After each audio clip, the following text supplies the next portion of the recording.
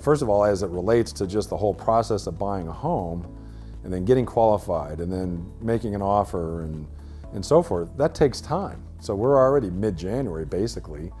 And even if you start now, it could easily take you a couple of months, 2 or 3 months to really fully get into the process, get into the game, start looking at houses. And then before you know it, we're mid-year.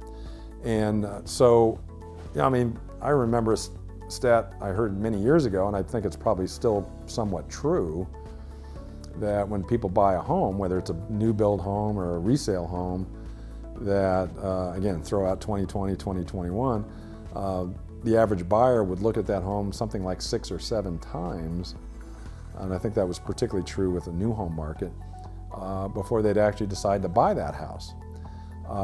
So I think that's more normal. I think that's more indicative of a balanced environment.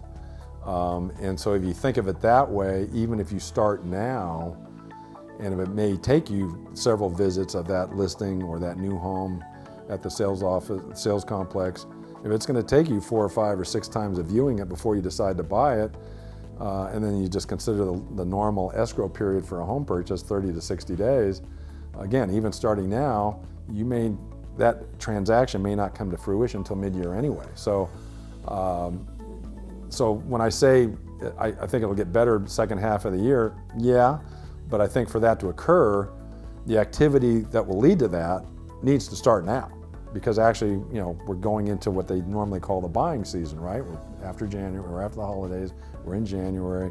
The traditional thinking is, January going into, basically summer break for school, that's your peak buying season. So now is probably, I know it's a worn out term, is now a good time to buy? Yeah, I think almost all the time, almost any time is a good time to buy, depending on your own circumstances. I think that's how people should look at it. So.